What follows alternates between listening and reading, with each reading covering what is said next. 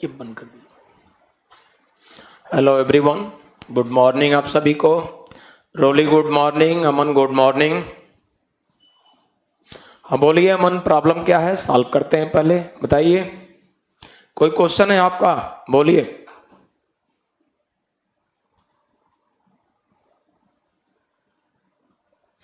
सबसे पहले आप बच्चों, सॉरी मेरे तरफ से, टाइम्स के तरफ से, कल आपको कुछ दिक्कतें थी जिसके कारण से क्लास नहीं हो पाया। मेरा ही क्लास था, नहीं ले पाया। और आज थोड़ा सा टेक्निकल स्टाफ के कारण गलती हुआ। मैं 10 मिनट पहले बिफोर आया था, तो इस कारण से आज भी सॉरी। और बोलिए प्रॉब्लम, अमन प्रॉब्लम बोलिए अपनी। कोई क्वेश्चन है अमन, जल्दी बोलिए।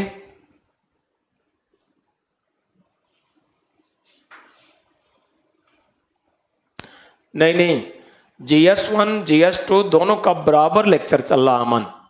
कोई किसी भी बैच में ज्यादा लेक्चर की बात नहीं, ऐसा नहीं है। और दोनों एक साथ चल रहा है तो ज्यादा लेक्चर होने का सवाल ही नहीं।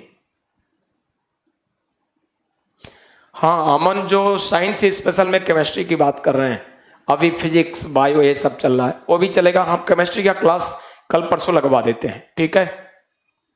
केमिस्ट्री का क्लास भी लगवा देते हैं कल परसों, केमिस्ट्री भी हो जाएगा। अभी फिजिक्स और बायो आपका चल ही रहा है। 2 जून से बैच पेंडिंग है सर। कौन सा बैच पेंडिंग है अमन, जल्दी बताइए। बैच तो इस तरह से लगातार 2 जून तो बहुत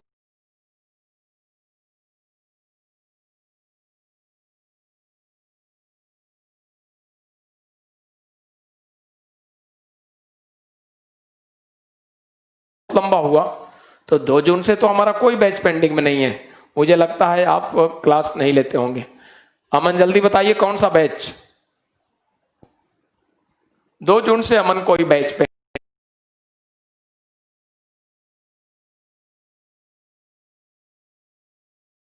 पेंडिंग नहीं है। आप बैच बताइए। नहीं, नीलम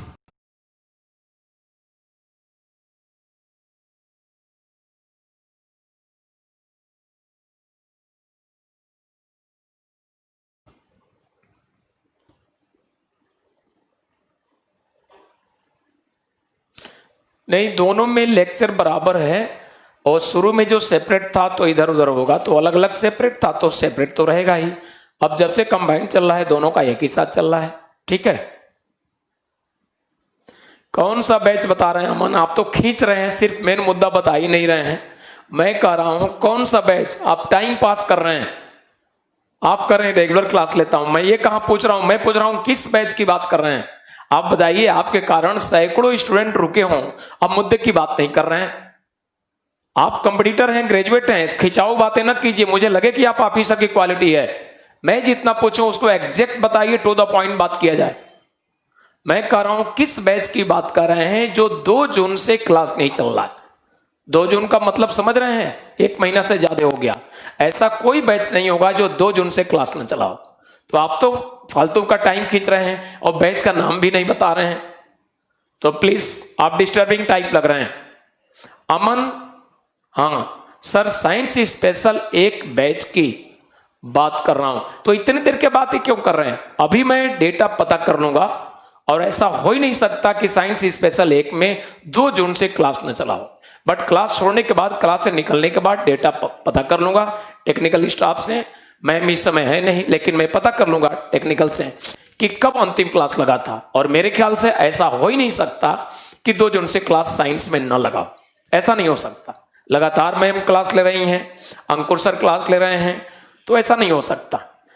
अच्छा, आप एक बार ओपन करवा के देख लीजिए सर, साइंस स्पेशल 1 में कुछ फालतू नहीं कर रहा है बात। चलिए कोई बात नहीं, मैंने अभी बोला कि क्लास ओवर हमारा होगा तो मैं दिखवा लूंगा, तो काहे चिंता कर रहे हैं मन? क्लास तो ले लें, ये कि अभी दिखवा लें, तो क्लास के बाद दिखवा लूंगा और पता कर लूंगा क्या 2 जून के बाद क्लास नहीं लगा है, वो बैच 2 जून से बंद है या क्या है, ठीक है? तो अमन अपना कांटेक्ट नंबर भी शो कर दीजिए ताकि मैं संपर्क करूंगा। ये गंभीर मुद्दा है, आप बोल रहे हैं 2 जून से क्लास नहीं लगा, तो अपना कांटेक्ट नंबर शो कीजिए। कांटेक्ट नंबर अमन का नोट कर लीजिएगा। अमन कांटेक्ट नंबर शो कीजिए, मैं आपसे बात करूंगा। कांटेक्ट नंबर जल्दी स्क्रीन पर दीजिए। 2 जून से कौन सा बैच है जो नहीं चल रहा, आप दीजिए। हाँ, कांटेक्ट नंबर जरा अमन का ले लीजिए, नोट कर लीजिए, अभी पता करके इनसे बात करेंगे। ऐसा कोई बैच ही नहीं होगा जो 2 जून से आज तक क्लास न चला हो, 1.25 महीना हो गया। हो गया, चलिए तो आइए हम लोग टॉपिक पर चलते हैं। पिछले क्लास में हम लोग कॉन्स्टिट्यूशनल बॉडी पर बातें कर रहे थे। अरविंद जी नमस्कार, प्रणाम, और अर्जुन जी गुड मॉर्निंग। आइए हम लोग टॉपिक पर बातें करते हैं। टॉपिक हम लोगों का है, और टॉपिक है ये कॉन्स्टिट्यूशनल बॉडी में इंटर स्टेट काउंसिल, इस पर हम लोग बातें करेंगे। तो ये है इंटर स्टेट काउंसिल।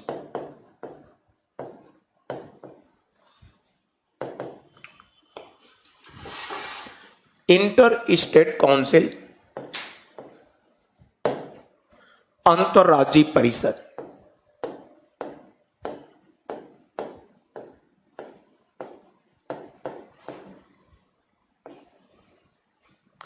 अंतरराज्यीय परिषद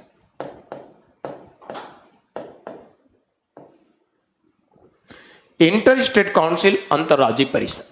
और इंटर स्टेट काउंसिल के लिए आर्टिकल होता है 263, अनुच्छेद 233 में अंतरराज्यीय परिषद इंटर स्टेट काउंसिल की बात की गई। तो अंडर दिस आर्टिकल जो इंटर स्टेट काउंसिल अंतरराज्यीय परिषद की बात की गई है, inter state council originally constitution की व्यवस्था है अंडर आर्टिकल 263, बट लंबे समय के बाद इसका क्रिएशन हुआ। यानी संविधान में यह व्यवस्था तो दिया गया था, बट इसका क्रिएशन, इसका गठन नहीं हुआ लंबे समय तक।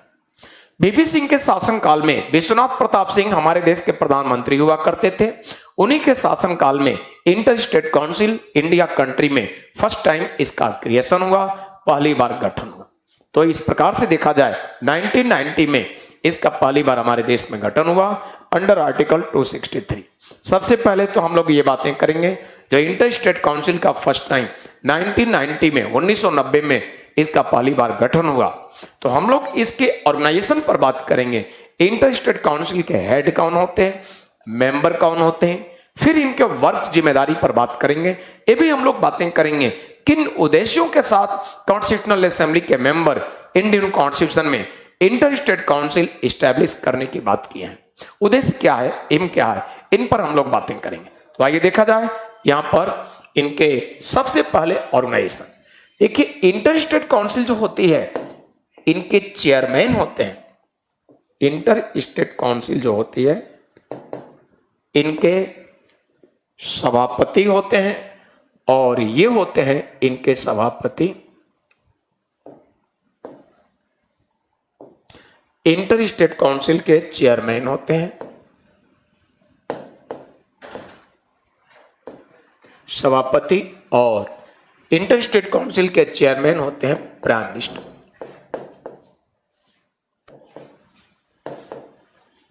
तो हमारे देश के प्रधानमंत्री अंतरराज्यीय परिषद के सभापति होते हैं। इंग्लिश के लोगों को मेरे ख्याल से कोई दिक्कत, हिंदी के लोगों को कोई दिक्कत नहीं होना चाहिए। मैं जो भी लिख रहा हूं हिंदी में बोल रहा हूं। तो चेयरमैन का हिंदी होगा सभापति, अध्यक्ष, और प्रधानमंत्री मैंने बोला कि इंटर स्टेट काउंसिल अंतरराज्यीय परिषद के हेड होते हैं। नेक्स्ट मेंबर्स की बात किया जाए तो मेंबर्स इनके इस प्रकार से, इनके सदस्य होते हैं ये चीफ मिनिस्टर,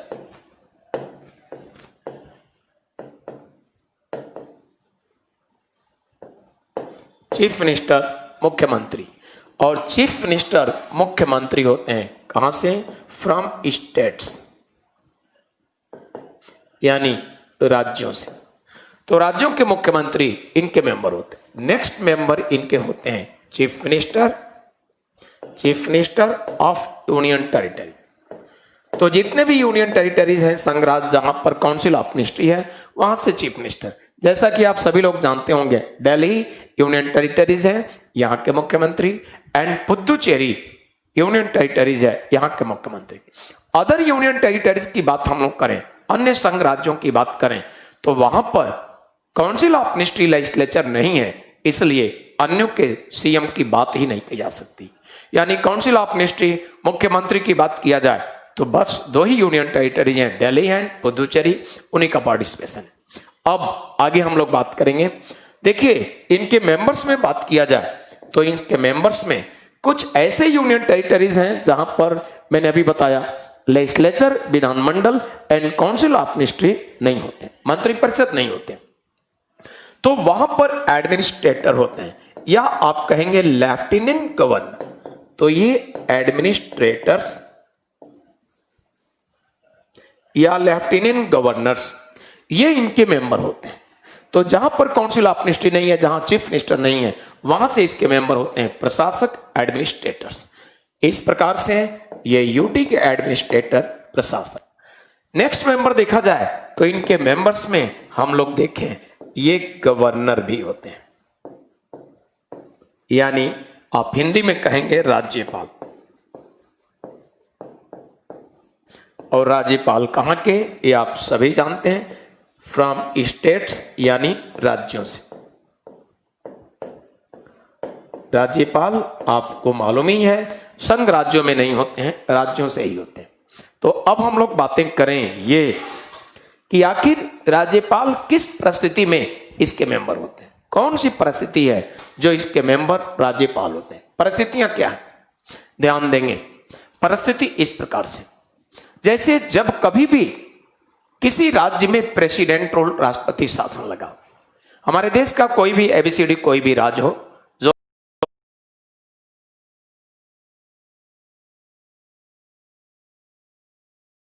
भी उत्तर प्रदेश, पंजाब, राजस्थान, केरल, कोई भी राज्य हो, अगर वहां पर प्रेसिडेंट रूल, राष्ट्रपति शासन लगा है तो आप सभी लोग इस बात को समझ सकते हैं प्रेसिडेंट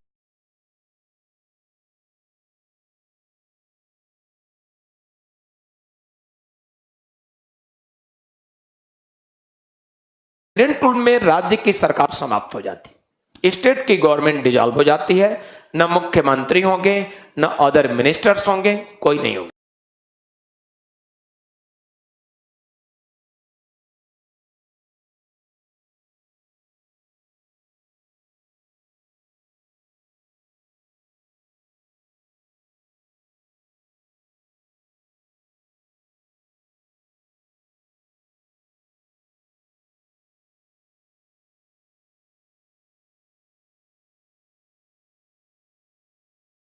सरकार, लेजिस्लेचर सब समाप्त हो गई।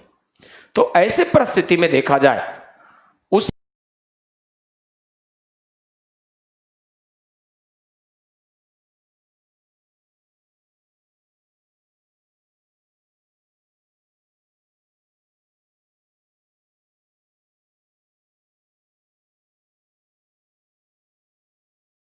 परिस्थिति में किसी राज्य में प्रेसिडेंट रूल लगा हो और उसी परिस्थिति में इंडिया के कैपिटल दिल्ली में इंटरस्टेट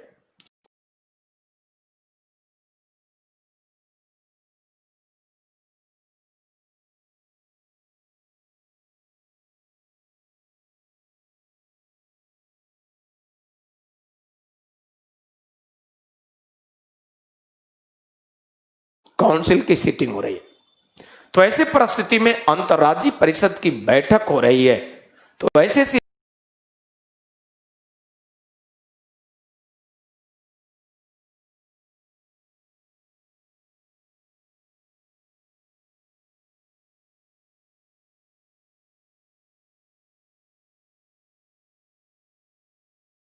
सिचुएशन, ऐसे हालात में उस इंटर स्टेट काउंसिल के सीटिंग में जो दिल्ली में चल रहा है उसके मेंबर कौन होंगे, उस राज्य से जहां पर प्रेसिडेंट रूल लगा है उस राज्य से मेंबर बन के आएंगे गवर्नर। क्योंकि चीफ मिनिस्टर नहीं है, कोई मंत्री नहीं है, सरकार डिसॉल्व कर जा चुकी है प्रेसिडेंट रूल के कारण, उस राज्य की टोटल व्यवस्था सेंट्रल गवर्नमेंट के रिप्रेजेंटेटिव गवर्नर के द्वारा सब कुछ चल रहा है। तो सभी राज्यों से दिल्ली, इंडिया के कैपिटल दिल्ली में इंटर स्टेट काउंसिल की सीटिंग चल रही है, तो सभी राज्यों से तो चीफ मिनिस्टर मेंबर बन के आएंगे और यूनियन टेरिटरी से कौन, administrator, chief commissioner, lieutenant governor जो भी हैं। लेकिन जिस राज्य में प्रेसिडेंट रूल, राष्ट्रपति शासन है वहां से मेंबर बनकर आएंगे कौन, उस राज्य के गवर्नर, राज्यपाल। तो आपसे कमीशन यूपीपीसीएस में भी एक क्वेश्चन कर चुका है, उस क्वेश्चन को सुना दूं। कमीशन आपसे क्वेश्चन कर चुका है कि गवर्नर जनरल स्टेट का, सामान्य राज्य का गवर्नर राज्यपाल इंटर स्टेट काउंसिल का मेंबर होता है। ठीक है, इनमें से किस परिस्थिति में, ऑप्शन में परिस्थिति दिया, इन कंडीशन ऑफ नेशनल इमरजेंसी, राष्ट्रीय आपातकाल के परिस्थिति में, फाइनेंशियल इमरजेंसी कंडीशन में, प्रेसिडेंट रूल के परिस्थिति में, नन ऑफ दिस। आपका जवाब होगा प्रेसिडेंट रूल। माया जी का कुछ विचार है, मैं देख लूं। इनकम्प्लीट क्लास भी नहीं दिखता है किसी वीडियो में। अच्छा, वीडियो में कंप्लीट क्लास नहीं दिखता, लेकिन ये तो माया आप ही का विचार है, बाकी सभी लोगों का कोई दिक्कत नहीं है, सभी लोग वीडियो देख रहे हैं। चलिए फिर भी हम देखते हैं, टेक्निकल स्टाफ से बात करेंगे, कहीं अगर दिक्कत हो सुधारेंगे। अच्छा, माया का और भी विचार है। Any one can give me answer please. अच्छा चलिए, और किसी का दिक्कत नहीं है, माया आप ही का है पर्सनली, या तो हो सकता है मोबाइल में कुछ दिक्कत हो, सभी के वीडियो चल रहे हैं। आशुतोष, क्या वीडियो रुक रहा है? तो वीडियो सभी के अच्छे चल रहे हैं, किसी का पर्सनली गड़बड़ है तो मोबाइल से कोई दिक्कत होगा, नेटवर्क प्रॉब्लम होगा, ऐसा ही हो सकता है। तो आइए हम लोग चलते हैं। तो अब देखिए, आपसे कमीशन क्वेश्चन करेगा, यूपीपीसीएस जो इंटर स्टेट काउंसिल से क्वेश्चन पूछा है, आप समझ ही गए होंगे। एक और क्वेश्चन मैं आपको सुना दूं, लेकिन वर्क बताने के बाद। यहां पर अब पूछेगा आपसे, जैसे आप एग्जाम दे रहे हैं, आपसे क्वेश्चन पूछा, इंटर स्टेट काउंसिल का चेयरमैन, सभापति, हेड कौन होता है? ऑप्शन में देगा prime minister, president, speaker, home minister. आप समझ ही गए होंगे, आपका जवाब क्या होगा? Prime minister. तो इस प्रकार से अब हम लोग बातें करेंगे इंटर स्टेट काउंसिल का काम क्या होता है। आर्यम बोल रहे हैं कि प्रेसिडेंट रूल ना लागू हुआ तो गवर्नर नहीं आएगा। नहीं, बिल्कुल आर्यम सही क्वेश्चन आपने पूछा, गवर्नर रूल नहीं होगा।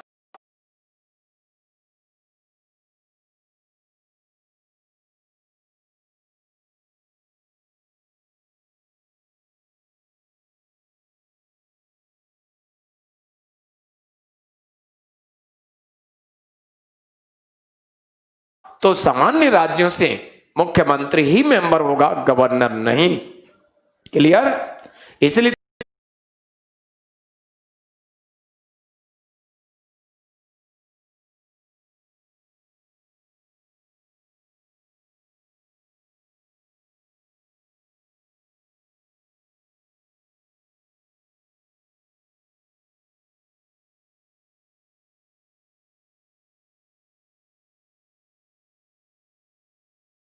तो मैंने बताया कि सभी राज्यों से मेंबर बनकर आएंगे इंटर स्टेट काउंसिल का, दिल्ली में आएंगे मेंबर बन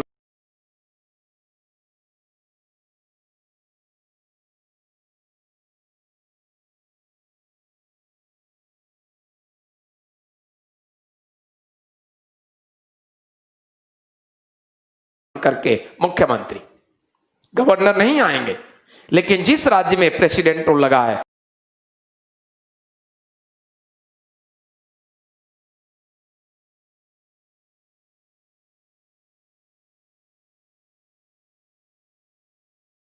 वहां मुख्यमंत्री नहीं है, सरकार डिसॉल्व हो चुकी है, तो ऐसे परिस्थिति में उस राज्य का रिप्रेजेंटेटिव, प्रतिनिधि बनकर आएगा उस राज्य का राज्य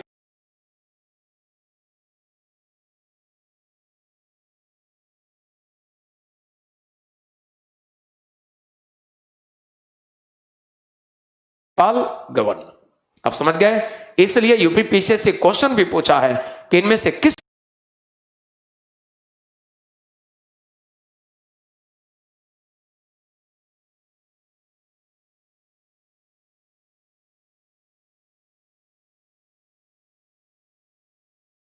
परिस्थिति में गवर्नर, किसी राज्य के गवर्नर इंटर स्टेट काउंसिल का मेंबर होते हैं। तो आपका एक ही परिस्थिति सही परिस्थिति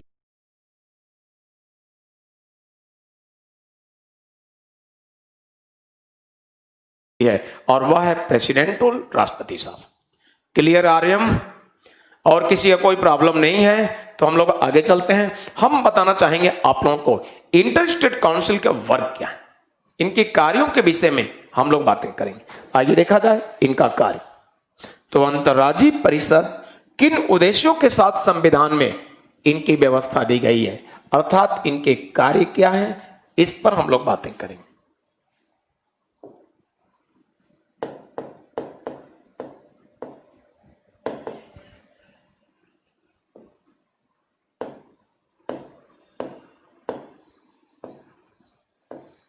आइए देखा जाए इनके कार्य। कार्य इनके इस प्रकार से होते हैं। कार्य यह है कि अगर सेंटर और स्टेट से कोई डिस्प्यूट है तो inter state council capital Delhi में सिटिंग करके और सॉल्व करती है मैटर। मान लीजिए किसी स्टेट और सेंटर से डिस्प्यूट है तो किन कारणों से क्या मुद्दा है, अब सभी राज्यों के मुख्यमंत्री इसमें शामिल हुए हैं, तो उस राज्य का मुख्यमंत्री भी उपस्थित होगा जिससे सेंटर का डिस्प्यूट है, और उस मुख्यमंत्री से भी बात होगी। प्रधानमंत्री जो सेंट्रल गवर्नमेंट के हेड हैं, स्वयं ही इंटर स्टेट काउंसिल के हेड हैं, वो भी रहेंगे। विभिन्न राज्यों के मुख्यमंत्री को भी विचार लिए जाएंगे और संभव है जिस राज्य से सेंटर में डिस्प्यूट है वो सॉल्व कर लिया जाएगा। अगर दो राज्यों में डिस्प्यूट है तब भी इंटर स्टेट काउंसिल की सिटिंग होगी, और दो राज्यों में किन कारणों से डिस्प्यूट है वो बातें होंगी और उसका कोई ना कोई समाधान ढूंढ लिया जाता है। इतना ही नहीं, एक देखा जाए और भी बात, कोई ऐसा मुद्दा है जो हमारी कंट्री, हमारे देश के डेवलपमेंट में रुकावट है, तो उस मुद्दे को लेकर के इंटर स्टेट काउंसिल के सिटिंग में प्रधानमंत्री और इस तरह से सभी राज्यों के सीएम, गवर्नर जो भी हैं, जहां से मैंने बताया प्रेसिडेंट टू ले तो गवर्नर, तो जो भी हैं वो सभी मिलकर के बातचीत करेंगे उस मुद्दे पर और कोई ना कोई समाधान ढूंढा जाता है। यानी माना जाता है कि इंटर स्टेट काउंसिल एक ऐसी बॉडी है जो कोऑर्डिनेटर का रोल प्ले करती है। ये कोऑर्डिनेटर का रोल प्ले करती है, यानी हिंदी में आप कहेंगे समन्वयक। समन्वयक की भूमिका अदा करती है। इंटर स्टेट काउंसिल कोऑर्डिनेटर समन्वयक का रोल प्ले करती है। और कोऑर्डिनेटर समन्वयक का रोल क्या है समझिएगा। कोऑर्डिनेटर समन्वयक का जो रोल है वो इस प्रकार से, जैसे आपने देखा दो राज्यों में डिस्प्यूट है तब भी ये समन्वय का काम किया, सेंट्रल स्टेट में डिस्प्यूट है तब भी समन्वय का काम किया। और कुछ इस तरह के मुद्दे जो टकराव पैदा कर रहे हैं हमारे देश में, जानते होंगे टकराव, तनाव और शांति डेवलपमेंट के लिए रुकावट होता है, तो उस मुद्दे के समाधान के लिए भी विचार होगा और कोई न कोई समाधान ढूंढ लिया जाता है। इसलिए कहा जाएगा कि ये कोऑर्डिनेटर समन्वय का रोल प्ले करता है।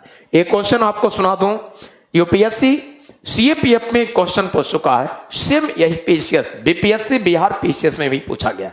क्वेश्चन पूछा गया है, इंडिया में कौन सी कॉन्स्टिट्यूशनल बॉडी है जो कोऑर्डिनेटर समन्वय का रोल प्ले करती है, समन्वय का काम करती है, भूमिका अदा करती है? तो द बेस्ट ऑप्शन यही ऑप्शन दिया गया था फाइनेंस कमीशन, ऑप्शन दिया गया था इलेक्शन कमीशन, ऑप्शन था इंटर स्टेट काउंसिल, और नेक्स्ट ऑप्शन दिया था सेक्रेटरिएट ऑफ सेंट्रल गवर्नमेंट।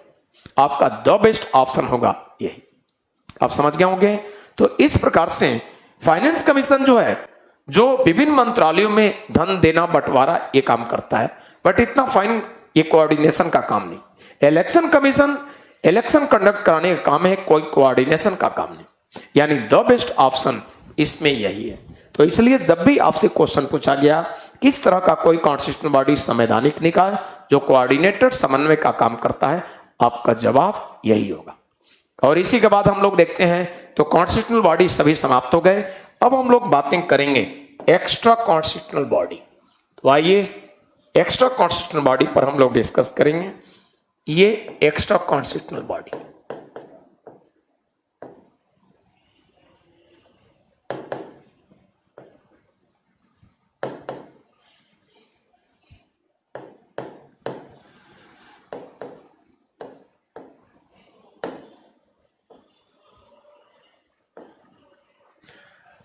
संविधानेतर निकाय।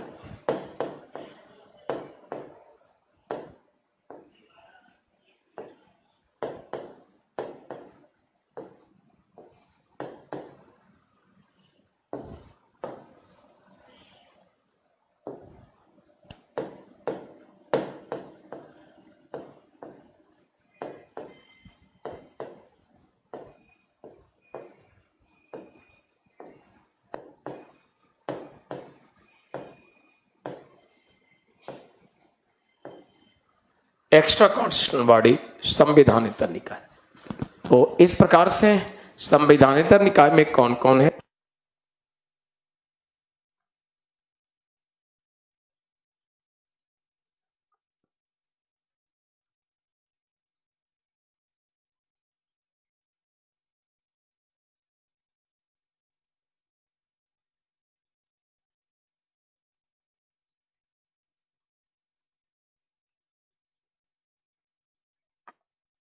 निकाय में हम लोग देखेंगे इस तरह के बॉडी, इस तरह के निकाय जिनका ओरिजिनली कॉन्स्टिट्यूशन में स्थान नहीं था, यानी इनका अस्तित्व एग्जिस्टेंस नहीं था, संविधान बनने के बाद जिनका स्थान मिला, या ये कह सकते हैं जिनका कॉन्स्टिट्यूशन के किसी आर्टिकल में पोजीशन न हो, स्थान न हो, प्लेस न दिया गया, इस तरह के बॉडी को कहा जाएगा एक्स्ट्रा कॉन्स्टिट्यूशनल बॉडी संविधानेतर निकाय। यानी संविधान के किसी भी अनुच्छेद में उनको स्थान, प्लेस न दिया गया, और जो भी संविधान के किसी आर्टिकल में प्लेस है, स्थान है, उनको कहा जाएगा कॉन्स्टिट्यूशनल बॉडी संवैधानिक निकाय। तो आइए देखा जाए इस तरह के बॉडी जो कॉन्स्टिट्यूशन में नहीं थे किसी भी आर्टिकल में, आज भी नहीं है, तो कॉन्स्टिट्यूशन के आर्टिकल में नहीं है, अर्थात बाद में उनका क्रिएशन किया गया, तो उन्हीं को कहा जाएगा एक्स्ट्रा कॉन्स्टिट्यूशनल बॉडी संवैधानिक निकाय। देखिए, एक्स्ट्रा कॉन्स्टिट्यूशनल बॉडी की बात किया जाए तो सबसे पहले नंबर आता है प्लानिंग कमीशन योजना आयोग। आप जानते होंगे 15 मार्च 1950 को आपके कंट्री में प्लानिंग कमीशन का क्रिएशन किया गया। नहीं, ग्लास की जरूरत नहीं, ठीक है। तो प्लानिंग कमीशन योजना आयोग का गठन किया गया 15 मार्च 1950। 15 मार्च 1950 को हमारे देश में योजना आयोग का गठन किया गया। तो 15 मार्च 1950 को योजना आयोग का जो गठन किया गया, आप सभी को पता है 26 जनवरी 1950 को हमारे देश का संविधान लागू भी हो गया। संविधान तैयार हो गया था 26 नवंबर 1949, यानी 26 नवंबर 1949 को, लेकिन 26 जनवरी 1950 को संविधान लागू हो गया। तो जनवरी 1950 को जो संविधान लागू हुआ, उसके बाद 15 मार्च 1950 में प्लानिंग कमीशन योजना आयोग का गठन हुआ। इसलिए कहा जाएगा कि योजना आयोग का संविधान में व्यवस्था ओरिजिनली नहीं था, बाद में हुआ, यानी योजना आयोग संविधानेतर निकाय है, एक्स्ट्रा कॉन्स्टिट्यूशनल बॉडी।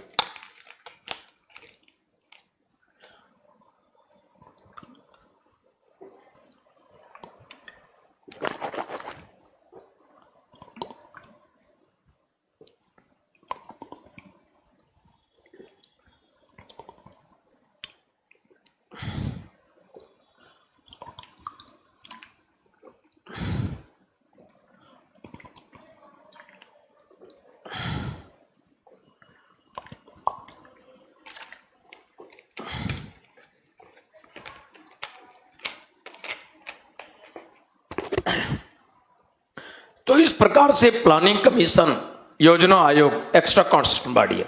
आइए देखा जाए, आपके कंट्री में प्लानिंग कमीशन योजना आयोग एक कॉन्स्टिट्यूशनल बॉडी के, एक्स्ट्रा कॉन्स्टिट्यूशनल बॉडी के रूप में काम कर रही थी, लेकिन आपके देश के प्रधानमंत्री हुए 2014 में नरेंद्र मोदी जी।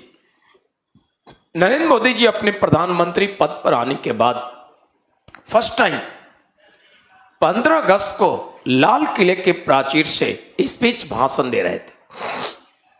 प्रधानमंत्री नरेंद्र मोदी जी ने स्पीच भाषण देते हुए इन्होंने अपने भाषण में बोला था कि प्लानिंग कमीशन योजना आयोग एक सेंट्रलाइज्ड बॉडी, एक केंद्रीकृत निकाय के रूप में रह चुकी है, और भारत के राज्यों को डेवलपमेंट में पार्टिसिपेशन नहीं मिल रहा, यानी योजना आयोग केंद्रीकृत निकाय हो गया है, और इस कारण से भारत के राज्यों को विकास में सहभागिता नहीं मिल रहा है।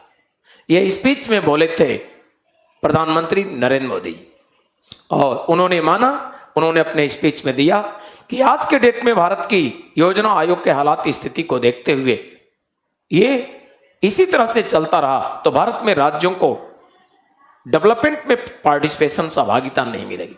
नरेंद्र मोदी जी ने माना कि आज एक ऐसे बॉडी की जरूरत है जो भारत के सभी राज्यों को डेवलपमेंट में पार्टिसिपेट किया जाए, और इसी थिंकिंग के साथ कुछ ही दिन के बाद नीति आयोग जैसे एक बॉडी का क्रिएशन किए और योजना आयोग प्लानिंग कमीशन को इन्होंने डिजॉल्व कर दिया, समाप्त कर दिया। और इसी के साथ अर्जुन जी ने बिल्कुल लिखा है कि 1 जनवरी 2015 को ये अस्तित्व में आ गया नीति आयोग। तो नीति आयोग पर अभी हम लोग बातें करेंगे, बट क्रम से हम बातें करेंगे। अब जानते होंगे प्लानिंग कमीशन के बाद एक्स्ट्रा कॉन्स्टिट्यूशनल बॉडी और भी क्रिएशन हुआ, उस पर बातें करेंगे। और उस बॉडी का नाम था नेशनल डेवलपमेंट काउंसिल। तो एक और बॉडी पर हम लोग बातें कर रहे हैं और ये बॉडी नेशनल डेवलपमेंट काउंसिल।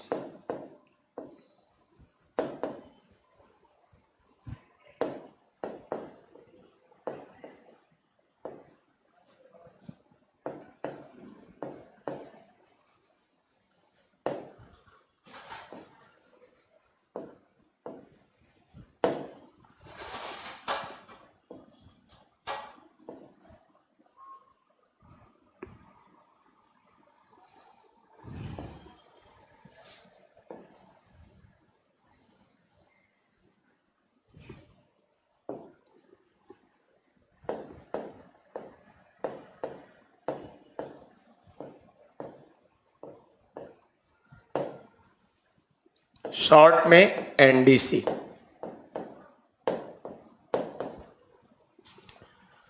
राष्ट्रीय विकास परिषद।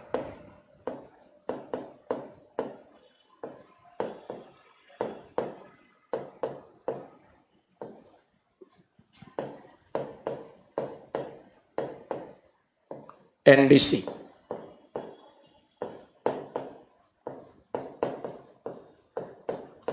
एनडीसी का क्रिएशन, एनडीसी का गठन हुआ था 6 अगस्त, ये डेट था 6 अगस्त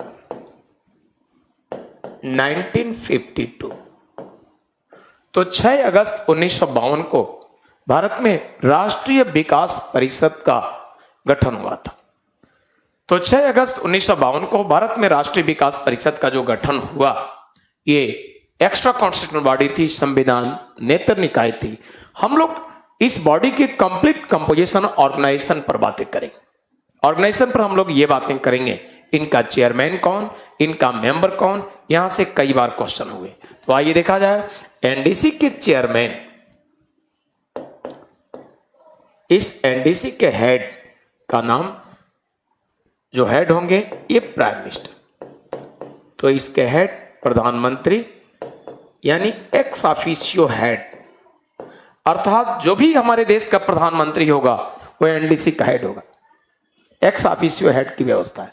जैसे इंटर स्टेट काउंसिल, अंतर्राज्यीय परिषद, एक कॉन्स्टिट्यूशनल बॉडी की बात मैंने किया था, उसके भी head ex officio.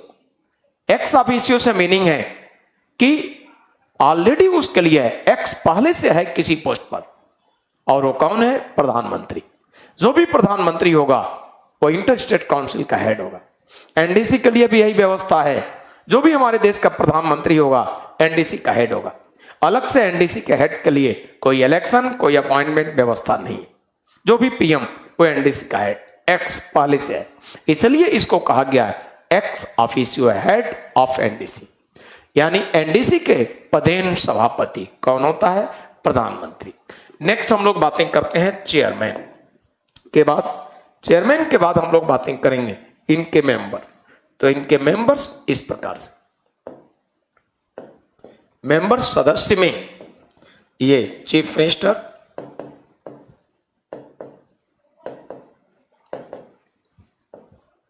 Chief ministers मुख्यमंत्री,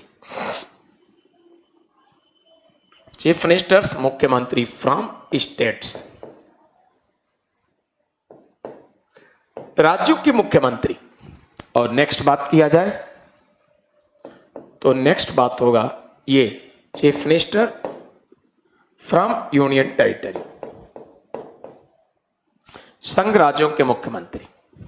और नेक्स्ट मेंबर होते हैं ये एडमिनिस्ट्रेटर या lieutenant governor.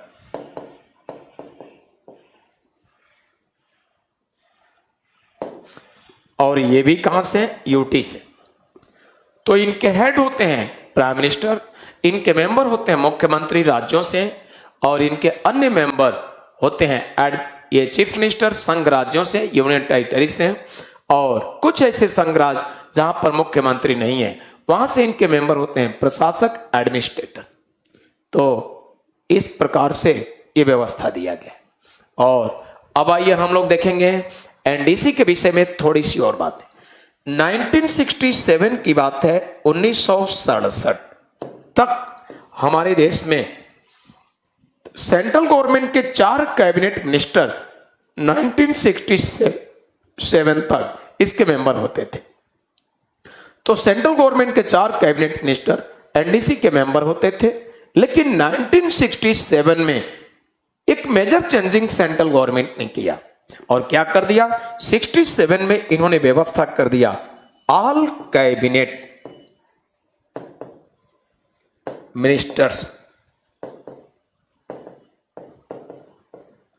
All cabinet ministers को यहां पर मेंबरशिप दे दिया।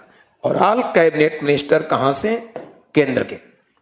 तो सेंटर में जितने भी कैबिनेट मिनिस्टर हैं उनको सबको मेंबरशिप दे दिया गया। केंद्र सरकार ऐसा व्यवस्था दिया, जो कैबिनेट के जितने मिनिस्टर्स होंगे वो एनडीसी के मेंबर होंगे। और ये व्यवस्था सेंट्रल गवर्नमेंट 1967 में दिया। कमीशन आपसे प्रश्न भी कर चुका है। यहां पर कमीशन यूपीपीसीएस ने पूछा है, सुपर कैबिनेट इनमें से किसको कहते हैं। इन सभी कैबिनेट मिनिस्टर को इनमें शामिल कर दिया गया। इसी कारण से 1967 की बात है, इसको कहा जाने लगा, एनडीसी को कहा जाने लगा सुपर कैबिनेट। तो एनडीसी को तभी से कहा जाने लगा सुपर कैबिनेट। तो कभी भी आपसे पूछा गया कि सुपर कैबिनेट इनमें से किसको कहते हैं, अब आपका जवाब होगा एनडीसी। आपसे यह भी पूछा गया है, आपसे राजस्थान पीसीएस ने भी पूछा है, लोअर पीसीएस यूपी में भी पूछा है, सुपर कैबिनेट इनमें से किसको कहते हैं। तो पीसीएस के एग्जाम में सुपर कैबिनेट एनडीसी को कब से कहा जाता है, ईयर पूछा है। अब आपके पास जवाब है। और आपसे कमीशन, आप अगर इंटरव्यू दे रहे हैं, कमीशन आपसे पूछा कि एनडीसी को सुपर कैबिनेट क्यों कहते हैं, तो कारण समझिए। एनडीसी के हेड, कैबिनेट के हेड जो होते हैं वही है। कैबिनेट के हेड या सेंट्रल गवर्नमेंट के हेड कौन होते हैं, प्रधानमंत्री, वो एनडीसी के हेड हैं। और all members of cabinet, all cabinet ministers of central government, members of NDC. तो केंद्र के सभी कैबिनेट मिनिस्टर भी इसमें आ गए 67 में, और कैबिनेट के हेड भी यहां हैं, इसलिए इसको सुपर कैबिनेट कहा जाने लगा। यही कारण था। तो आपसे पूछा जाएगा, इंडिया में कौन सी ऐसी बॉडी है जिसको सुपर कैबिनेट के रूप में जाना जाता है। अब आपके पास जवाब है। कब से एनडीसी को सुपर कैबिनेट कहते हैं, आपसे पूछा गया है। और क्यों एनडीसी को सुपर कैबिनेट, ये भी किसको सुपर कैबिनेट कहा जाता है, इन सभी प्रश्न का जवाब आप क्लियर है। तो अब हम लोग बातें कर लें नेक्स्ट। इसमें देखिए एनडीसी का वर्क क्या होता है, इसको देख, कार्य क्या होता है। दरअसल देखा जाए, एनडीसी के कार्य की बात किया जाए तो हमारे कंट्री में एक प्लानिंग कमीशन हुआ करता था। तो प्लानिंग कमीशन को गाइडलाइन ये करता रहा है प्लान्स प्रिपेयर करने में, तो योजना को तैयार करने में ये गाइड करता रहा। Number first. नेक्स्ट इसका काम क्या करता रहा है, नेक्स्ट इसका काम प्लानिंग कमीशन जो प्लान्स तैयार कर लिए उनका सुपरविजन करना, अधीक्षण करना। तो इसी तरह से थोड़े बहुत काम में चेंजिंग हुआ है। आज ये नीति आयोग से जुड़ करके इस तरह से काम एनडीसी आज भी कर रही है। तो इस प्रकार से देखा जाए ये व्यवस्था है एनडीसी का। एनडीसी से रिलेटेड मेरे ख्याल से कोई डाउट किसी को नहीं होगा। कोई डाउट हो आप लोग क्वेश्चन कर सकते हैं, कोई डाउट नहीं। तो नेक्स्ट एक्स्ट्रा कॉन्स्टिट्यूशनल बॉडी, अन्य संविधानिक तंत्र की बात करेंगे। देखिए एक बार क्वेश्चन यहां ये पूछा गया है सीपीओ में, एनडीसी का गठन कब हुआ था, ये लिख चुका हूं 6 अगस्त 1952। तो आप ऐसे क्वेश्चन कर सकते हैं। और इसी के बाद हम लोग नेक्स्ट बातें करते हैं। नेक्स्ट होगा जोनल काउंसिल।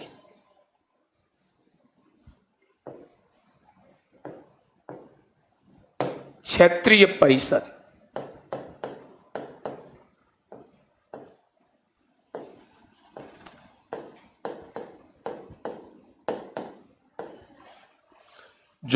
काउंसिल क्षेत्रीय परिषद।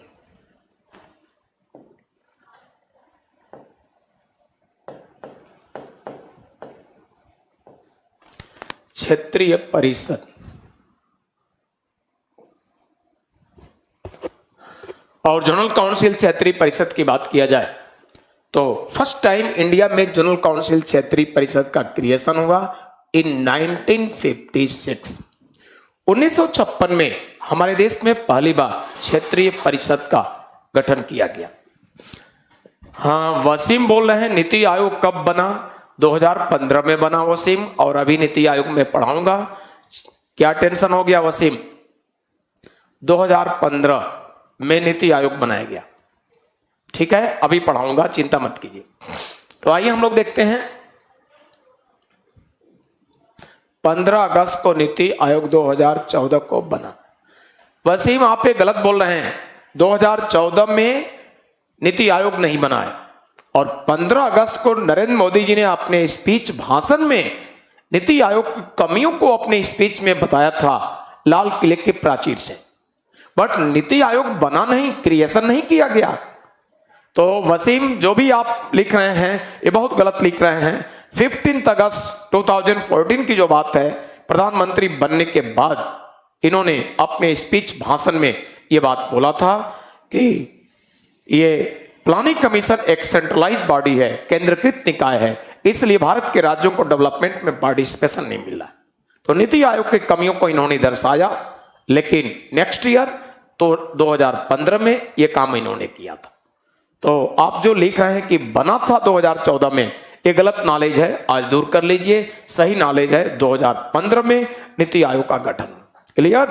तो आइए हम लोग चलते हैं नेक्स्ट, और नेक्स्ट बातें करेंगे हम लोग 1956 में, 1956 में जनरल काउंसिल हमारे देश में पहली बार क्रिएशन हुआ।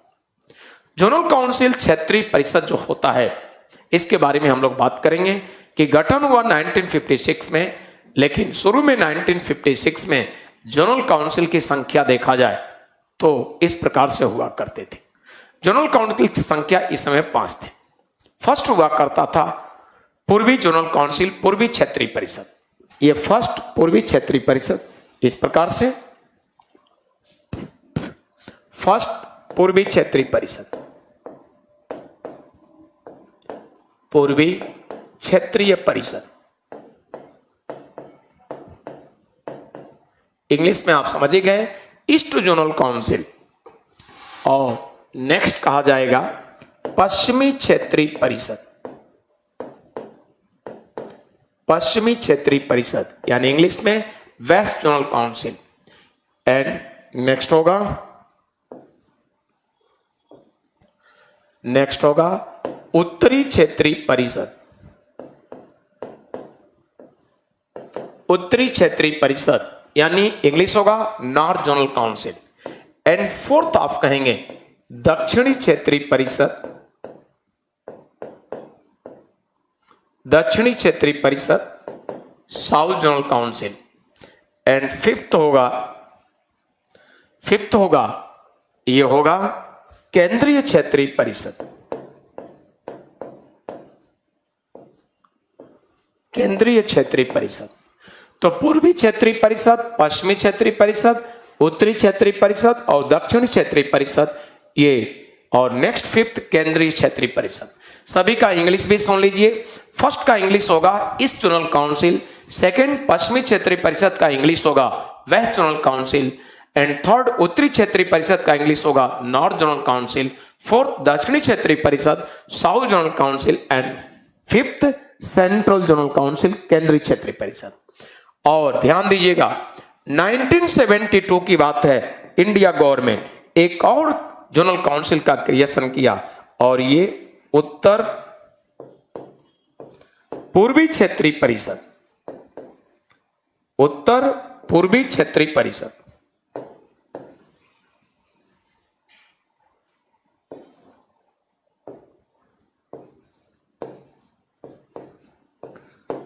उत्तर पूर्वी क्षेत्रीय परिषद।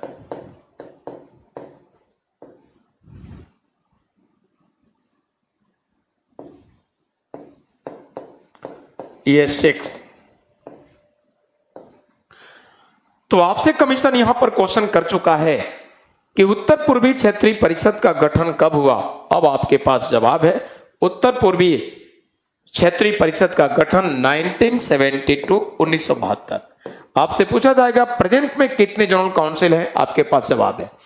माया जी का विचार है कि लाइव वीडियो को फॉरवर्ड तो नहीं कर सकते, but I can do this for X app. इसमें NDC and 1967 all cabinet minister के बारे में बताए हैं।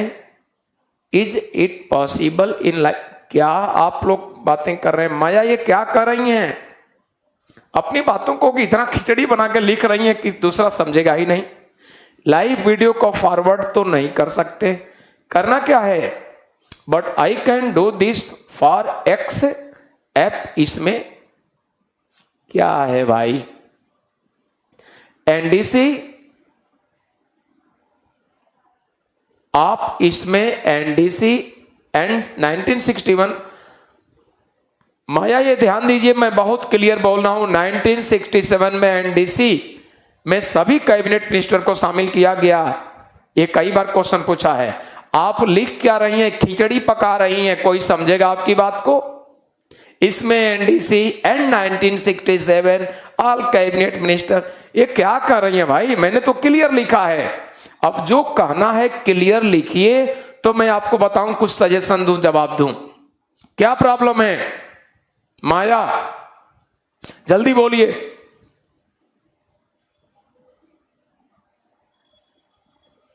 बोलिएगा।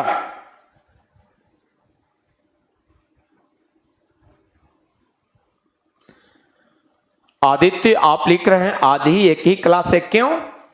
आपको सूचना मिला है क्या? बोलिए, आपको सूचना क्या मिला है? एक ही क्लास है। 21-22 को तो क्लास हुआ होगा। 21-22 को क्लास नहीं हुआ है?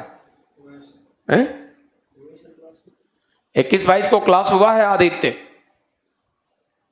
आप एब्सेंट रहे होंगे, नहीं देखे होंगे मोबाइल पर, और आप कह रहे हैं आज ही एक ही क्लास। आज सारी क्लास है, मेरा ही क्लास है, सभी क्लास आज। आप कैसे लिख रहे हैं कि आज एक ही क्लास है? हुए है ना? 21 को भी हुए हैं, हुए है ना? तो फिर आपको गलत नॉलेज है। वासिम, कल कोई क्लास नहीं हुई सर। हाँ, कल कुछ परिस्थितियां ऐसी थी जिसके कारण से नहीं हुआ। मैंने तो आते ही सारी बोला था इसके लिए, कल के लिए, वो मैं एक्सेप्ट कर रहा हूं। लेकिन माया, आपने खिचड़ी जो लिखा था कुछ क्लियर नहीं हो रहा है, कहना क्या चाह रही हैं? क्लियर लिखिए, जो जानना हो या जो सजेशन हो। आइए, तो इस प्रकार से आपसे पूछा जाएगा कि जोनल काउंसिल क्षेत्रीय परिषद से संबंधित, जोनल काउंसिल से संबंधित आपको पूछा जाएगा कि उत्तर पूर्वी क्षेत्रीय परिषद का गठन कब हुआ। अब आपके पास जवाब है। तो उत्तर पूर्वी क्षेत्रीय परिषद के गठन का जवाब हो गया आपके पास 1972। प्रेजेंट टाइम में जोनल काउंसिल कितने हैं, इसका भी जवाब हो गया। और इसके बाद हम लोग बातें करेंगे कि जोनल काउंसिल का कब गठन हुआ, ये भी समझ गए। जोनल काउंसिल के विषय में अब मैं कुछ और बताऊं। जोनल काउंसिल के ऑर्गेनाइजेशन कैसे हैं, इनकी कंपोजिशन कैसे, इनके बारे में हम बात करेंगे। आइए चला जाए जोनल काउंसिल के कंपोजिशन। तो जोनल काउंसिल के कंपोजिशन इस प्रकार से। जोनल काउंसिल के चेयरमैन, सभापति कौन होते हैं? ये होते हैं होम मिनिस्टर ऑफ सेंटर। तो इसके सभापति होते हैं home minister of central government. तो केंद्र के गृह मंत्री इसके हेड होते हैं। नेक्स्ट देखा जाए तो अदर मेंबर्स होते हैं, अन्य सदस्य इस प्रकार से। और अन्य सदस्य की बात किया जाए तो चीफ मिनिस्टर,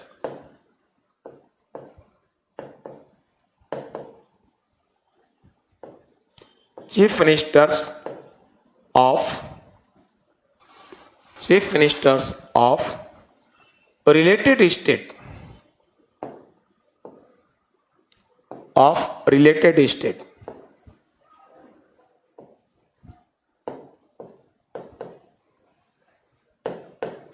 यानी संबंधित राज्यों के मुख्यमंत्री। मेरा मीनिंग है अगर ईस्ट जोनल काउंसिल है तो ईस्ट में जितने भी राज्य हैं उन सभी राज्यों के मुख्यमंत्री इसके मेंबर होंगे। क्लियर? और इसी के बाद देखा जाए नेक्स्ट मेंबर्स, तो नेक्स्ट मेंबर होंगे chief ministers of union territories. आप ऐसे कहिए, chief minister of related union territory. तो जिस किसी संघ राज्य में जो यूटी आता है उसके एडमिनिस्ट्रेटर प्रशासक मेंबर होंगे और नेक्स्ट चीफ मिनिस्टर उसके मेंबर होंगे। जैसे दिल्ली है, पुदुचेरी, तो रिलेटेड जिस जोनल काउंसिल में आते हैं इन दोनों संघ राज्यों के मुख्यमंत्री अपने अपने जोनल काउंसिल के मेंबर होंगे। और अब हम लोग बातें करते हैं नेक्स्ट मेंबर, ये होंगे एडमिनिस्ट्रेटर।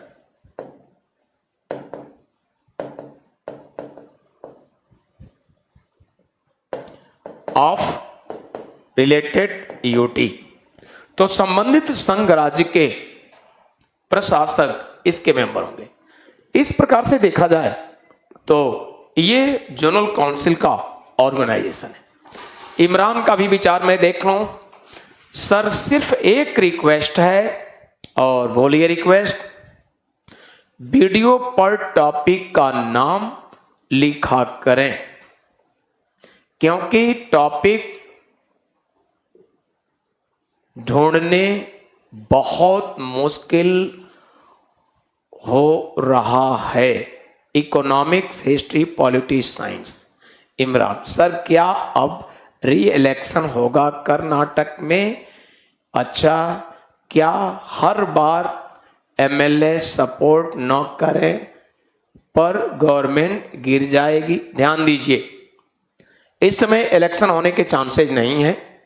परिस्थितियां ऐसी हैं जो बीजेपी की गवर्नमेंट बन जाएगी, तो इलेक्शन के वैसे ही चांसेस नहीं। आप देख रहे हैं सरकार के पक्ष में, और आपने देखा होगा अपोजिशन के पक्ष में, यानी सरकार गिराने के लिए सरकार के अगेंस्ट लगभग 8-9 एमएलए ज्यादा थे। तो जाहिर सी बात है 105 बीजेपी के सीट हैं, उनकी आज मीटिंग होगी, गवर्नर के सामने दावेदारी करेंगे और बीजेपी की सरकार कर्नाटक में बन जाएगी। तो इलेक्शन नहीं होगा। ये ऑप्शन अगर नहीं होता सरकार बनने की तो इलेक्शन मजबूरी था, निश्चित होता इलेक्शन। अब समझ गए होंगे इमरान, तो इलेक्शन की जरूरत नहीं है। और वसीम लिख रहे हैं कि कल एक क्वेश्चन आया सर आर्टिकल 35। ये आर्टिकल 35 है तो पिछले क्लास में बताया, कम से कम 20 बार बता चुके हैं। तो क्या रहते हैं वसीम? जम्मू कश्मीर पढ़ाए तब भी चर्चा की है, तो डेली आर्टिकल 35 ये ही बताया जाए। कहां सोते रहते हैं आप लोग, जगे रहिए।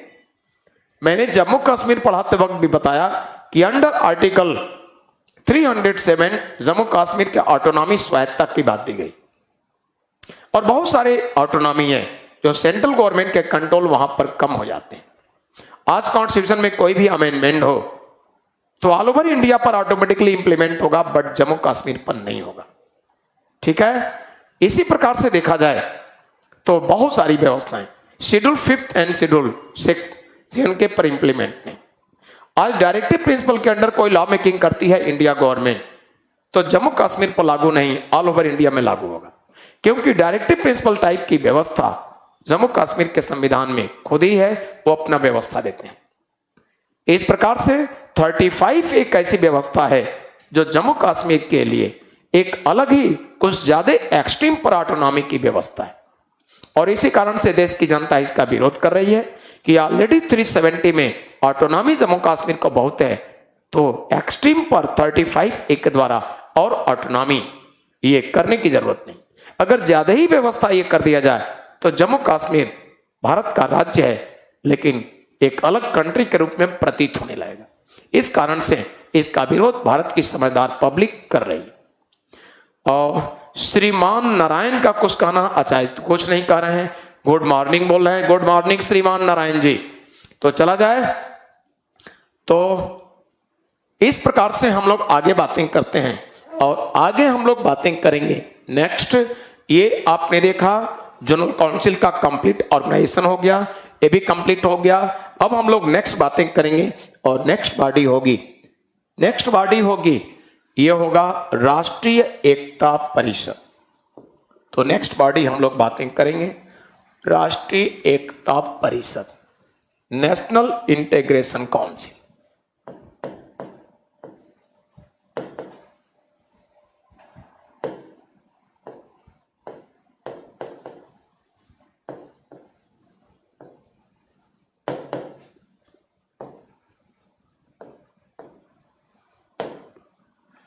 शॉर्ट में इसको बोला जाएगा एनआईसी, राष्ट्रीय एकता परिषद।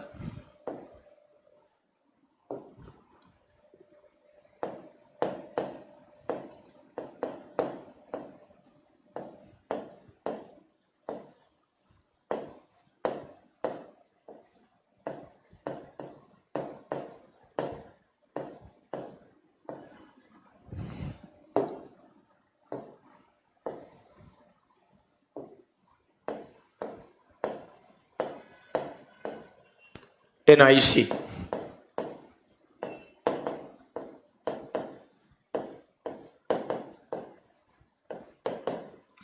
देखिए, राष्ट्रीय एकता परिषद का गठन हमारे देश में फर्स्ट टाइम किया गया इन 1961 और राष्ट्रीय एकता परिषद के चेयरमैन होते हैं, इसके सभापति होते हैं प्रधानमंत्री पीएम। और ऑब्जेक्टिव जो भी एग्जाम हो, मेनली दो ही क्वेश्चन बार बार पूछे आते हैं। राष्ट्रीय एकता परिषद का कब गठन किया गया? आपके पास जवाब है, पूछा गया क्वेश्चन है, जवाब होगा 1961। राष्ट्रीय एकता परिषद के हेड होते हैं, ऑप्शन देगा president, speaker, home minister, prime minister, आपके पास जवाब है। तो इसके हेड होते हैं प्राइम मिनिस्टर। जो भी हमारे देश का प्रधानमंत्री होगा राष्ट्रीय एकता परिषद का हेड होगा। इसी के बाद देखा जाए तो नेक्स्ट इसका क्रिएशन कब हुआ? राष्ट्रीय एकता परिषद संबंधित मेंस में, आईएएस मेंस, पीसीएस मेंस में क्वेश्चन पूछे गए, वहां पर क्वेश्चन के वेरिएशन होते हैं, बट ऑब्जेक्टिव एग्जाम में नहीं। इनके मेंबर्स आज देखा जाए तो 50 हैं, तो मेंबर्स पर क्वेश्चन होगा ही, मेंबर्स पर क्वेश्चन नहीं होता है, हेड होगा, कब गठन हुआ। इसमें क्वेश्चन के वेरिएशन ज्यादा मेंस में होते हैं। जैसे आप जानते होंगे कुछ वर्ष पहले उत्तर प्रदेश के मुजफ्फरनगर, सहारनपुर में बहुत बड़ा दंगा हुआ। आप जानते होंगे असम में भी बहुत बड़ा दंगा हुआ। तो इतने सारे कॉमनल राइट जो आपके देश में हुए, सैकड़ों लोग मारे गए। इसको देखते हुए आईएएस मेंस में, पीसीएस मेंस में क्वेश्चन पूछा जा सकता है कि विगत कुछ समय पहले जो हमारे देश में इतने ज्यादा हत्याएं हुई, इतनी ज्यादा दंगे हुए, ऐसी परिस्थिति में changing oriented national integration council का क्या भूमिका होना चाहिए जिससे हमारे देश में कॉमनल हार्मोनी, सांप्रदायिक सौहार्द बढ़े। अब आप समझ सकते होंगे इसमें आपका विचार पेपर सेटर डिमांड कर रहा है। तो पेपर सेटर जो पेपर में क्वेश्चन पूछा एनडीसी से रिलेटेड, आपको डेप्थ ये जानकारी होना चाहिए। 100 वर्ड, 50 वर्ड जो भी लिखना है, वर्ड लिमिट दिया है, आपको लिखना है। तो इसमें देना होगा कि नेशनल इंटीग्रेशन काउंसिल जो होती है, इसमें बहुत सारे ऐसे ऑर्गेनाइजेशन होते हैं जिनके मेंबर होते हैं। तो इनके हेड हैं, मेंबर्स में देखा जाए तो माइनॉरिटीज के भी हेड होते हैं, मेंबर में देखा जाए तो एससी एसटी कमीशन के भी, ओबीसी के भी, बहुत सारे ऑर्गेनाइजेशन के हेड एंड मेंबर इसके मेंबर होते हैं। तो इसके बैठक में इस तरह से मुद्दे पर बातें करके और समाज में, हमारे देश में सांप्रदायिक सौहार्द, कॉमनल हार्मोनी लाई जा सकती है। तो इस तरह से मेंस में आपको लिखने हैं, वर्ड लिमिट दिया होगा उसमें, तो अनेक तरह से क्वेश्चन पूछे जा सकते हैं। अर्थात मेंस में एनडीसी से रिलेटेड क्वेश्चन के वेरिएशन है, बट पीटी में ज्यादा क्वेश्चन के चांसेस नहीं। चला जाए तो इसी के साथ देखा जाए तो नेशनल इंटीग्रेशन काउंसिल भी हो गया। हम लोग नेक्स्ट बातें करेंगे और नेक्स्ट होगा नीति आयोग। तो आइए देखा जाए नीति आयोग क्या है।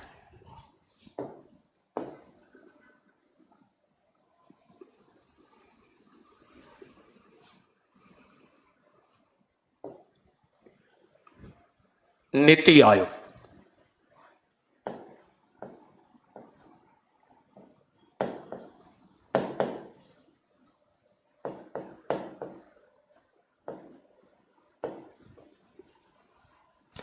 नीति आयोग। नीति का फुल फॉर्म होता है national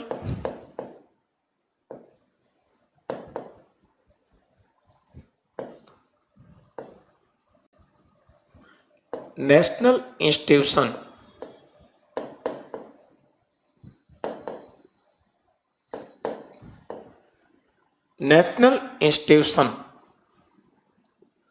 for transforming India.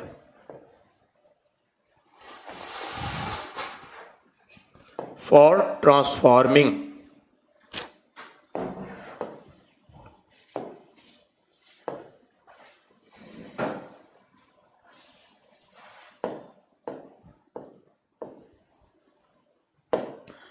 National institution for transforming India, ये नीति आयोग का फुल फॉर्म है, यानी ये होगा नीति आयोग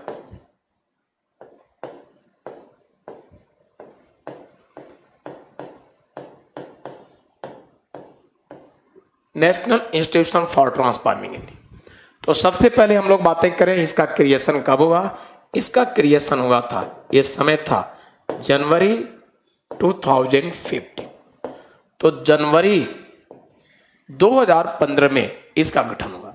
और नीति आयोग के चेयरमैन की बात किया जाए तो इस प्रकार से, नीति आयोग के चेयरमैन, सभापति, प्रधानमंत्री।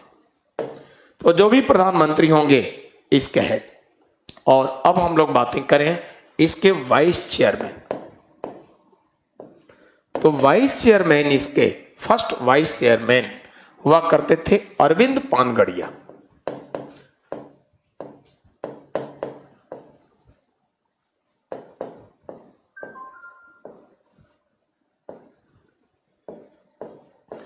अरविंद पानगड़िया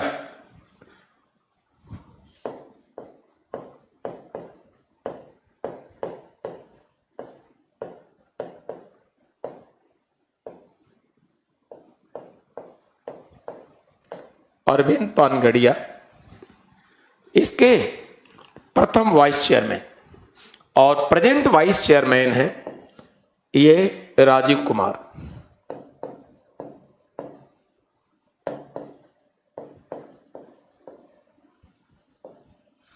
तो राजीव कुमार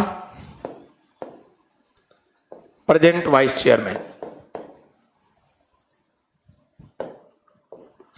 वर्तमान वाइस चेयरमैन राजीव कुमार। इसमें देखा जाए तो कुछ फुल टाइम मेंबर्स होते हैं। फुल टाइम मेंबर्स में देखा जाए इस प्रकार से,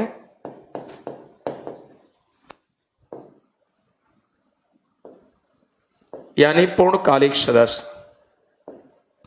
फुल टाइम मेंबर्स में number first BK Debroy, VK Saraswat, और नंबर नेक्स्ट विवेक देवराय।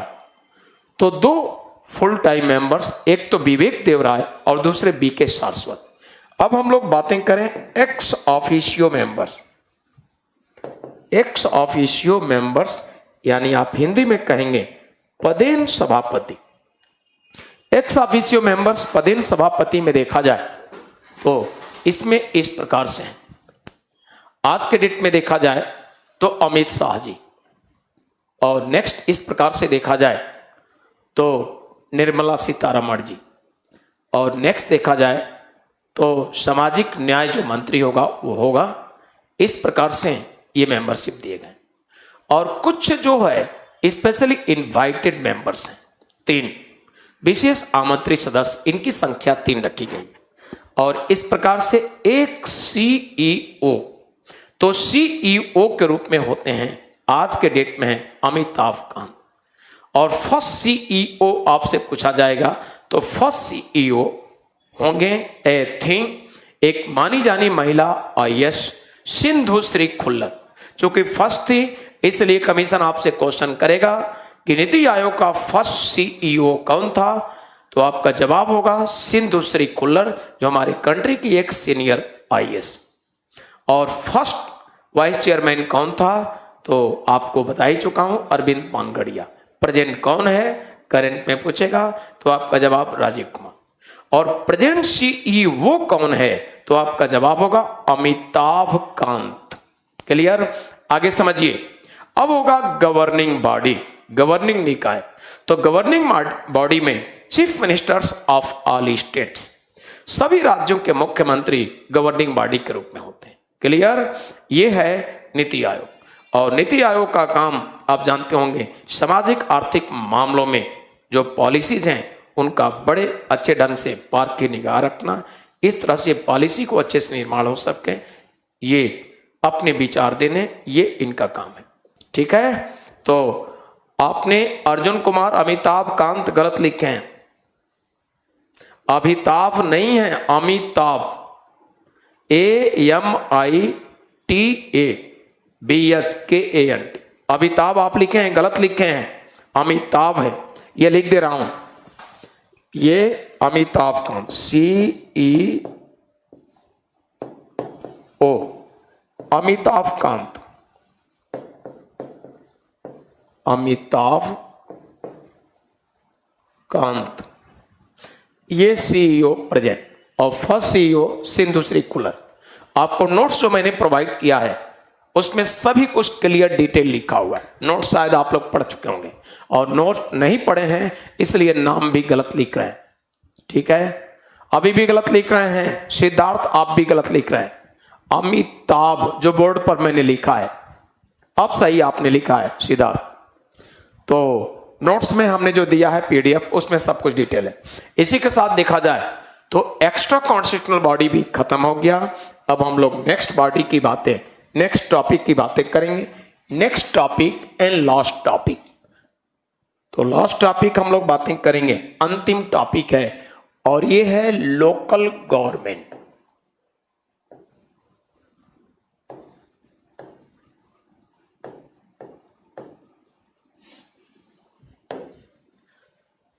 ये है लोकल गवर्नमेंट, यानी हिंदी होगा स्थानीय शासन।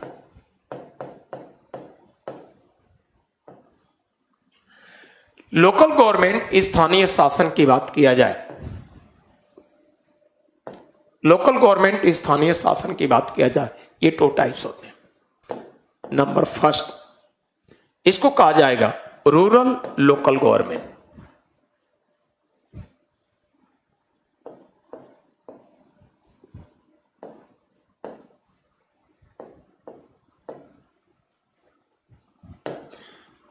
ग्रामीण स्थानीय शासन।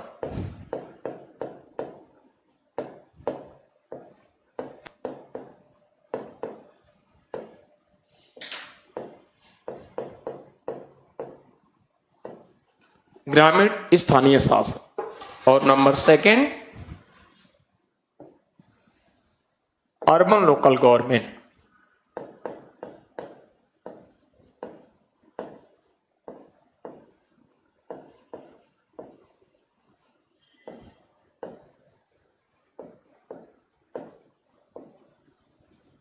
शहरी स्थानीय शासन।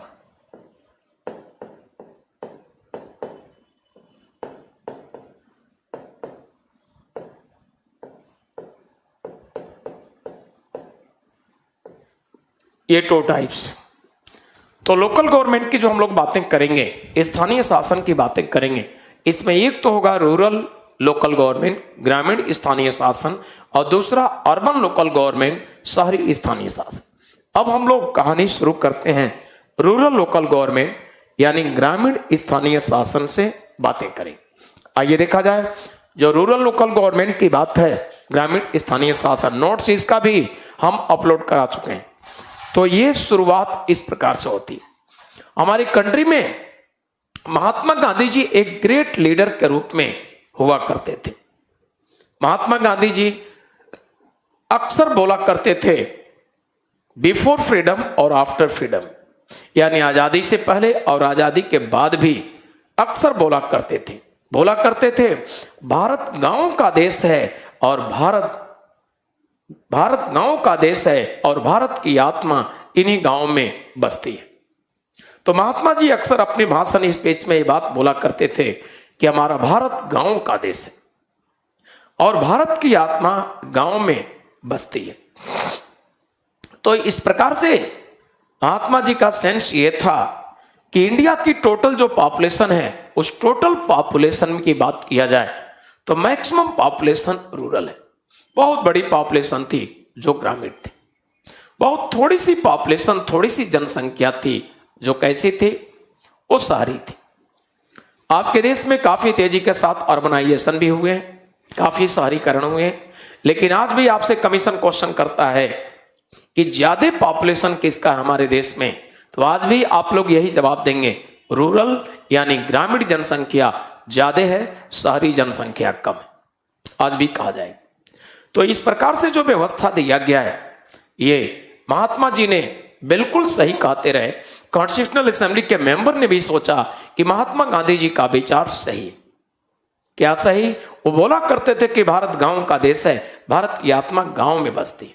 महात्मा जी का सेंस ये था, महात्मा जी मानते थे कि अगर अथॉरिटी एक जगह सेंट्रलाइज हो, कैपिटल दिल्ली में, और वहीं से अगर डेवलपमेंट की बात किया जाए, वहीं से विकास की बात किया जाए, तो ऑल ओवर इंडिया की डेवलपमेंट चांसेज नहीं है। माया क्या लिख रही है? मैं अंत तक ये वीडियो देख चुकी हूं। कौन सा वीडियो माया?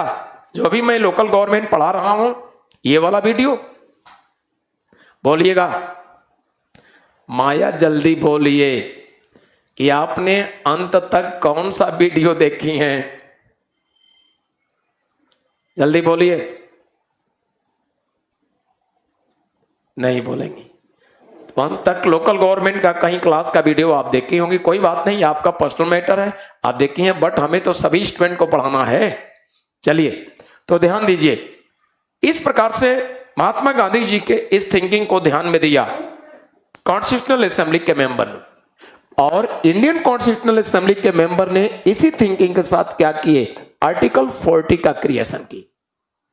और अंडर आर्टिकल 40 कॉन्स्टिट्यूशनल असेंबली के मेंबर ने व्यवस्था दिया ऑर्गेनाइजेशन ऑफ विलेज पंचायत, अनुच्छेद 40 का गठन करके संविधान में, डायरेक्टिव प्रिंसिपल के अनुच्छेद 40 का गठन करके संविधान सभा के सदस्यों ने महात्मा गांधी जी के विचार को महत्व दिया। और क्या व्यवस्था दिया? इन्होंने व्यवस्था दिया ग्राम पंचायतों का संगठन। अर्थात इस विचार, इस थिंकिंग के साथ कि जब ग्राम पंचायत संगठन होंगे तो रूरल एरियाज, ग्रामीण क्षेत्रों का भी विकास, डेवलपमेंट होगा, और भारत के सभी क्षेत्रों का डेवलपमेंट इसी के साथ होगा, क्योंकि भारत गांव का देश है, बहुत बड़ी आबादी गांव की है, इसी थिंकिंग के साथ। और इस प्रकार से आपके देश के फर्स्ट पीएम, प्रथम प्रधानमंत्री पंडित जवाहरलाल नेहरू जी थे। नेहरू जी ने महात्मा गांधी के विचार को लागू करना चाहा, और महात्मा जी के विचार को लागू करने के लिए पंडित जवाहरलाल नेहरू जी ने इसी थिंकिंग में, इसी सोच के साथ पंडित जवाहरलाल नेहरू ने 1952 की बात है, 1952 में नेहरू जी ने कम्युनिटी डेवलपमेंट प्रोग्राम शुरू किया। ये कम्युनिटी डेवलपमेंट प्रोग्राम शुरू किया, कम्युनिटी डेवलपमेंट प्रोग्राम।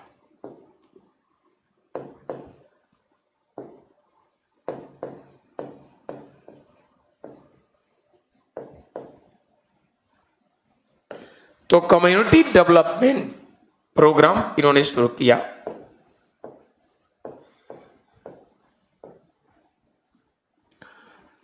यानी सामुदायिक विकास कार्यक्रम इन्होंने शुरू किया। तो पंडित जवाहरलाल नेहरू जी ने सामुदायिक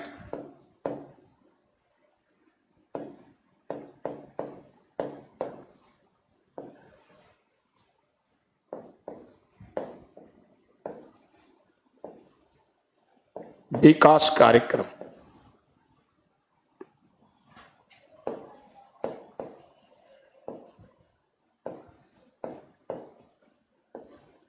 सामुदायिक विकास कार्यक्रम इन्होंने शुरू किया। और ये कार्यक्रम इन्होंने शुरू किया 1952 में। बाय दिस महात्मा जी का, पंडित जवाहरलाल नेहरू जी फर्स्ट प्रधानमंत्री का ये विचार था कि इंडिया में कॉमन पीपल जो है, सामान्य जो जनता है, इस प्रोग्राम से जुड़ेगी और सभी देशवासियों का डेवलपमेंट, विकास होगा। इसी थिंकिंग के साथ प्रथम प्रधानमंत्री ने प्रोग्राम शुरू किया, लेकिन ऐसा हुआ नहीं। क्या हुआ? जो इन्होंने व्यवस्था दिया कम्युनिटी डेवलपमेंट प्रोग्राम, इसके द्वारा देश की जनता को कोई फायदा नहीं मिला। जब इनको ऐसा हुआ तो ऐसे परिस्थिति में इन्होंने क्या किया, इस प्रोग्राम को रोक दिया और नेक्स्ट प्रोग्राम फिर इन्होंने शुरू किया। तो नेक्स्ट प्रोग्राम इन्होंने क्या शुरू किया, ये प्रोग्राम इन्होंने शुरू किया 1953 1953 में। और ये प्रोग्राम 1953 का जो चला, ये चला national extension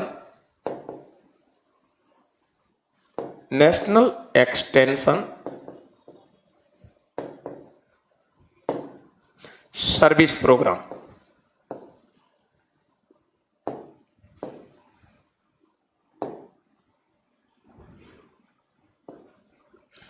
national extension service programme.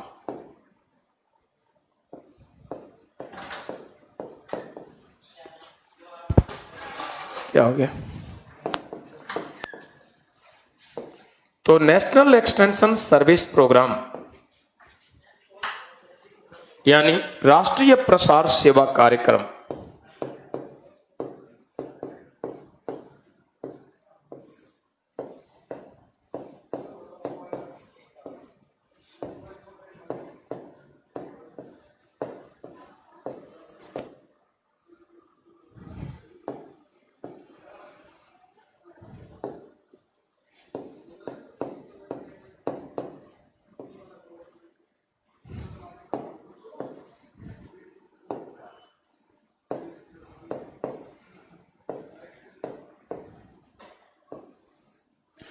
राष्ट्रीय प्रसार सेवा कार्यक्रम। ये प्रोग्राम जो शुरू हुआ राष्ट्रीय प्रसार सेवा कार्यक्रम, इसके द्वारा भी पंडित जवाहरलाल नेहरू जी का उद्देश्य था कि अधिक से अधिक पब्लिक पार्टिसिपेट करे और इस प्रकार से लोगों की सहभागिता, अधिक से अधिक इसका प्रचार प्रसार देश में, और सभी का बिल्कुल नीचे के लोगों का भी, हमारे देश में रूरल में डेवलपमेंट, सभी का डेवलपमेंट। लेकिन हुआ ये ऐसा नहीं हुआ, तो इसलिए जल्दी ही इस प्रोग्राम को भी इन्होंने रोक लगा दिया। और फिर नेहरू जी ने कुछ समय बीता तो ये सब मुद्दे पर विचार करने के लिए, लोकल बॉडी पर विचार करने के लिए इन्होंने क्या किया, एक कमेटी सेटअप किया। और इन सब मुद्दे पर विचार करने के लिए इन्होंने जो कमेटी सेटअप किया, इस कमेटी का नेम था, इन्होंने जो कमेटी सेटअप किया, इस कमेटी के चेयरमैन अपॉइंट किए गए बलवंत राय मेहता।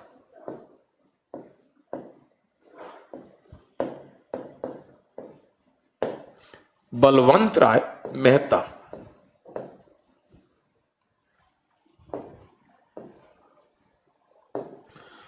तो बलवंत राय मेहता कमेटी के चेयरमैन थे, इसलिए इन्हीं के नेम पर कमेटी का नेम पड़ा बलवंत राय मेहता कमेटी। तो ये थी बलवंत राय मेहता समिति।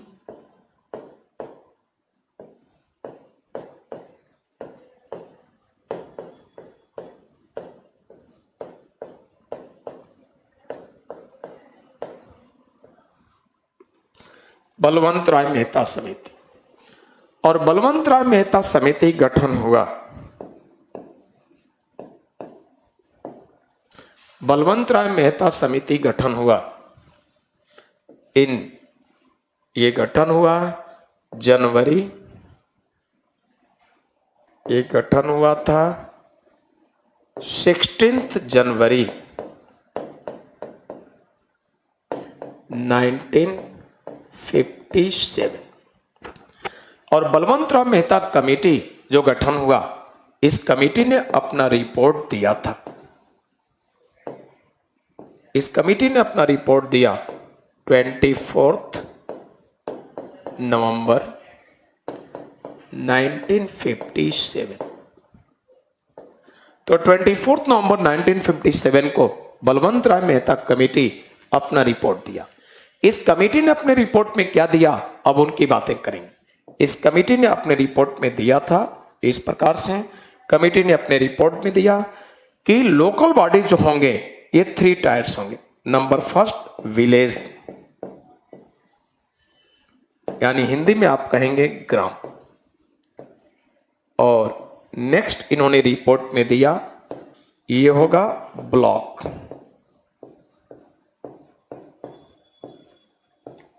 प्रखंड,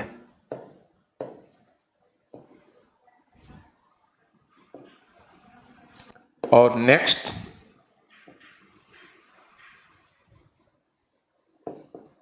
तीसरा ये होगा डिस्ट्रिक्ट।